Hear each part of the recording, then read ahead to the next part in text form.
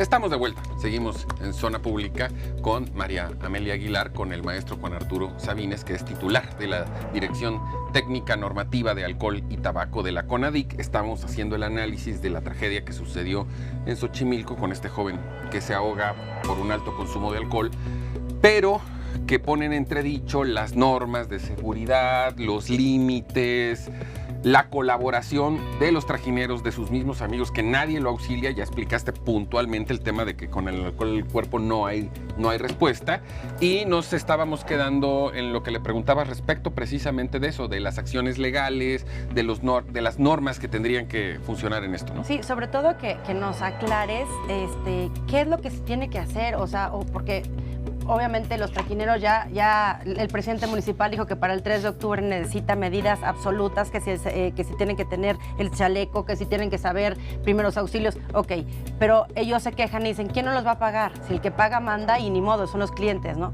Entonces, y ahorita estábamos hablando de que en ciertos lugares donde hay turismo, hay regularización. Entonces, ¿qué se tendría que hacer en estos casos? Es que yo creo que es fundamental lo que acabas de decir en la respuesta de los trajineros. Hay una normalización enorme en nuestro país respecto del consumo de alcohol. Una normalización que es estructural, porque no va solamente por parte de la industria que comercializa esto, sino también de la propia... Del prestador de servicios. Del prestador del servicio, de los padres de familia, de la publicidad implícita. Es decir, hay una normalización, pareciera que es común, y creo que esto es un buen punto, lo mencionábamos ahorita fuera del aire, que en zonas turísticas pareciera que son excepcionales al resto del país. Es decir... Bueno, yo provengo de ahí y he vivido con ello toda mi vida, y evidentemente los que te prestan el servicio que va acompañado del alcohol siempre, que implique cualquier mínimo riesgo, como subirte a una lancha o un barco, sí, por supuesto, si pagas te permiten hacer tu fiesta, nada más que ahí sí hay un cuidado mínimo del nivel de riesgo, de no acercarte a cierto lugar, de ponerte el chaleco, de que si ya consumiste bebidas alcohólicas te cuidan un poco más. O sea, eso ahí es normal. Sí, porque hay protocolos de seguridad, pero no en todos los lugares. Y me refiero, por ejemplo, también en el caso de los pueblos mágicos, ¿no? Pareciera que cuando un lugar gana la insignia de ser pueblo mágico, para hacer más atractivo el lugar, tenemos que permitir la venta de alcohol en vía pública, ¿no? Ya el famoso jarrito, el famoso la michelada, forma parte del folclore de este pueblo mágico y se normaliza. Es decir, lo que en otra entidad, lo que en otra ciudad o en otro lugar no está permitido, que es la venta de alcohol en vía pública, pareciera que aquí podemos hacer la excepción. Y no solo va, insisto, del prestador del servicio, es decir, la comunidad que también lo busca y lo normaliza. Es decir, ya vamos y estamos buscando donde lo apuntabas muy bien, eran las 2 de la tarde. Las 2 de la tarde, ¿desde cuándo entonces? Y tendríamos que poner en perspectiva esas licencias, esa revisión. No gusta. De repente, ¿por qué? Porque al final es un tema comercial y es una fuente de ingresos para ellos, pero al final sí estamos hablando de una condición de salud pública, porque eso está señalado y relacionado con una cantidad de accidentes, de carga enfermedad, que no se ve, porque muchas veces, recordemos, las adicciones antes que mortales son discapacitantes, es decir, enferman, la persona va perdiendo calidad de vida y salud, pero en el momento no lo ve. Entonces buscamos más y asociamos consecuentemente la celebración, la fiesta, al consumo del alcohol. Y está por otro lado el papel de la familia, que aquí, aunque no queramos adjudicarles a ellos, ahorita, por ejemplo, el gobierno está lanzando una estrategia nacional de prevención de adicciones que está haciendo justamente énfasis en esto, en los valores, en la transmisión de una cultura que sea protectora. Y ahí, por ejemplo, se corren muchos riesgos. Pongo el ejemplo muy claro de papás que dicen, yo prefiero que mi hijo consuma aquí delante de mí, o yo te voy a enseñar a beber para que no te chamaqueen afuera. Eso que a primera instancia pudiera parecer un factor protector, es una condición de riesgo, porque no perdamos de vista que los jóvenes, aunque no sean menores de edad, aprenden normalmente del modelamiento, más que de un discurso, más que de una cantaleta, se aprende normalmente de lo que vemos. Y si en la familia lo que aprendemos es una normalización al consumo, pues somos tolerantes, y somos tolerantes todos, empresarios, gobierno y sociedad en general. Entonces, ¿qué urge? Por supuesto que aunque no guste el tema, hay que fortalecer las medidas, hay que decirlo fuerte y claro. Cuando pasó hace tiempo el accidente del BMW en Reforma, se mencionó y no cambió absolutamente nada. Hoy justamente el gobierno de la Ciudad de México, Claudia Sheinbaum, hace poco publicó en la Gaceta Oficial una medida medida para impedir la venta de bebidas embriagantes en tianguis. Una excelente medida que no debería ser solo de la Ciudad de México, que debería de ser en todo el país. ¿Por qué? Porque esa es una práctica común que lamentablemente se ha ido normalizando. Entonces, en CONADIC estamos muy preocupados de esto y acompañamos, asesoramos, por supuesto, a los gobiernos locales, a los gobiernos estatales y municipales para fortalecer ese marco jurídico, no relajar las medidas, horarios de venta, la publicidad implícita, verificar que evidentemente no se venda alcohol a menores. Inclusive tú hablabas de sitios turísticos, pensemos en un hotel todo incluido. Ahí hay medidas, por ejemplo, para que haya salvavidas o gente responsable por si la gente tiene un consumo excesivo. Pero habrá medidas, por ejemplo, te podría para decir ver que ahí es más estricto, pero habrá medidas para que un menor de edad no consuma en esos lugares. Ahí sí no te puedo decir. Eso, por ejemplo, ¿cómo lo acreditas? Estamos en traje de baño todos, ¿cómo sabes si es menor de edad o no? Si en apariencia pudiera parecerte que no. Es decir, hay una serie de condiciones que sí tienen que regularse y que tienen que hacer un llamado a los 3 niveles, ¿no? Yo creo que es bien importante aquí hacer hincapié en lo que está diciendo, porque fíjate, las familias, no hay el domingo un evento del partido de fútbol si no hay chelas. No hay un bautizo, no, primero el alcohol, una boda no se diga. Entonces todo tiene que ver con alcohol. Entonces la familia verdaderamente lo permitimos. En los bares de nuestra casa está repleto de alcohol todo el tiempo. Y cuando hablamos de padres permisivos es que, por ejemplo, vamos a una boda y los chavos estamos ok con que ellos beban alcohol a la par que entonces volteas y dices, ya está borracho este chavo, pero tiene 16 años, entonces permitimos incluso cuando son menores de edad. Y otro tema bien importante es el precopeo y el after. El precopeo que ha disparado índices enormes del consumo de alcohol hoy en día en México porque se está haciendo una cultura.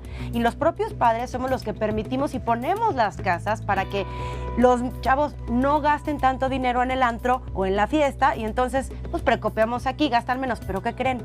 Gastan menos, pero consumen más. Ese es un tema muy, muy fuerte y yo creo que así como nos enojamos cuando pusieron el alcoholímetro, yo creo que son medidas que necesitamos de verdad que el gobierno nos ayude como padres de familia, que les digo que somos la última generación que nos regañan a nuestros papás y la primera que nos regaña a nuestros hijos. Si nosotros a nuestros hijos les decimos ya no, nos van a tupir. Pero ustedes regularizando, por ejemplo, antros, que no les vendan en los Oxxos o en estos lugares a los chavos bebidas alcohólicas, o sea, que se pongan más estrictos, nos ayudarían muchísimo. Pero yo parto de una base, en adición a lo que dice María Amelia, es que como es tan fuerte el tema comercial, el tema del ingreso, aunque tú tengas la conciencia de lo que está mal, si de por medio de ello va tu ingreso familiar, pues sí te haces de la vista gorda.